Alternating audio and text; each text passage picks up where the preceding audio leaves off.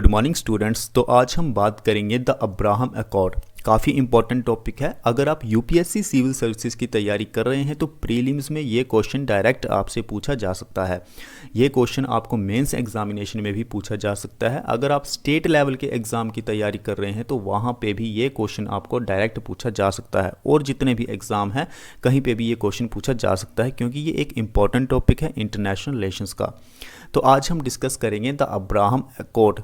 पहले मैं आपको हिस्टोरिकल बैकग्राउंड बता देता हूँ। देखिए, इज़राइल है और इज़राइल के साथ लगने वाले जितने भी अरब नेशंस हैं, इन दोनों की आपस में बनती नहीं है, कॉन्फ्लिक्ट रहता है। इज़राइल को कोई भी देश नहीं मानता है, कोई भी अरब नेशन उसे रिकॉग्नाइज नहीं करता है। तो बेसिकली अब्राहम अकॉर्ड आया ताकि इज़राइल और दूसरे अरब नेशंस के बीच में नेगोशिएशंस हों, एग्रीमेंट्स हों और दोनों के रिलेशनशिप को नॉर्मलाइज किया जाए। इसके बीच में यूनाइटेड स्टेट्स ऑफ अमेरिका ने सबसे बड़ा रोल प्ले किया है, क्योंकि जब डोनाल्ड ट्रंप की सरकार थी तो उन्होंने बहुत सारे नेगोशिएशंस करवाए थे इज़राइल और दूसरे अरब नेशंस के बीच में।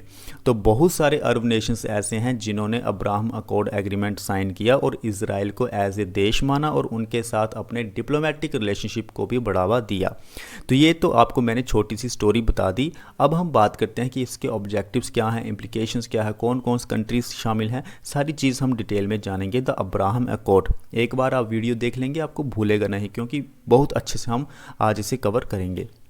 सो Abraham Accord is a series of agreements signed in 2020 between the Israel and several Arab nations in the Middle East। Middle east की स्टेबिलिटी के लिए, वहाँ कोई कन्फ्लिक्ट ना हो, कोई लड़ाई झगड़ा ना हो, उसके लिए इज़राइल और बहुत सारे अरब नेशंस के बीच में एग्रीमेंट्स साइन करवाए गए हैं, जिसकी शुरुआत 2020 में हमें देखने को मिलती है। They marked a formal normalization of relations between Israel and Arab countries that had not previously officially recognise the state of Israel. मैंने आपको बताया था कि इसराइल को एक कंट्री नहीं मानते थे अरब नेशंस, लेकिन धीरे धीरे जैसे अब्राहम अकॉर्ड आया तो बहुत सारे अरब नेशंस ने शामिल हुए और उन्होंने इसराइल के साथ अपने डिप्लोमेटिक रिलेशनशिप को इस्टेब्लिश किया और उसे एक कंट्री माना। सबसे पहले हम बात करते हैं यूनाइटेड अरब एमिरेट्स, क्योंकि यूएई पहली अरब कंट्री था जिसने इज़राइल के साथ डिप्लोमेटिक रिलेशनशिप्स अपने इस्टेब्लिश किए थ्रू द अब्राहम अकॉर्ड। और कब? अगस्त 2020 में। उसके बाद इसमें शामिल हुआ Bahrain, then Sudan, then Morocco. इन सभी ने भी इज़राइल के साथ अपने डिप्लोमेटिक रिलेशनशिप को स्टैब्लिश किया। So these agreements are seen as a significant step towards the greater stability and cooperation in the Middle East and have been brokered with the help of a United States. मैंने आपको बताया था कि United states का बहुत बड़ा योगदान रहा है इज़राइल और अरब नेशंस के बीच में रिलेशनशिप को स्टेबलाइज करने के लिए। ऑब्जेक्टिव एंड इम्प्लीकेशंस की हम बात करते हैं। देखिए, सबसे पहले तो मिडिल ईस्ट में जो भी कॉन्फ्लिक्ट चल रहा है वो कम होगा, लड़ाई झगड़े कम होंगे, लोगों की जान कम जाएगी, इकोनॉमी को कम नुकसान पहुंचेगा। तो डिप्लोमेटिक रिकॉग्निशन हमें यहाँ देखने को मिलता है। इकोनॉमिक कोऑपरेशन की हम बात करते हैं, यानी कि ट्रेड में भी बढ़ावा हमें देखने को मिलेगा अरब नेशंस के बीच में और इजराइल के बीच में। The agreements aimed to promote the economic ties, trade and investment with the signatory nations. Regional stability रहेगी।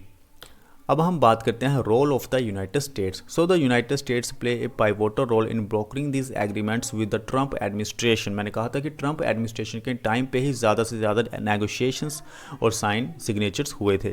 The US government facilitated discussions between the parties and provide the assurance and incentives to encourage their cooperation. तो United States या US की government ने सभी को ये assurance दिया था कि कुछ नहीं होगा। इजराइल को भी और अरब नेशंस को भी बताया था कि रिलेशनशिप को आप नॉर्मलाइज कीजिए और इसमें पूरी दुनिया को ही एक स्टेप देखने को मिलेगी, सभी को एक फ़ायदा देखने को मिलेगा। तो इसमें यूएस गवर्नमेंट का बहुत बड़ा रोल रहा है। उसने आश्वासन दिया है अरब नेशंस को भी और इजराइल को भी। आज हमने अब्राहम अकॉर्ड को काफ़ी अच्छे से समझा और काफ़ी इंपॉर्टेंट पॉइंट्स ही हमने इस वीडियो में डिस्कस किए हैं। तो मिलते हैं नेक्स्ट वीडियो में। Thank you very much.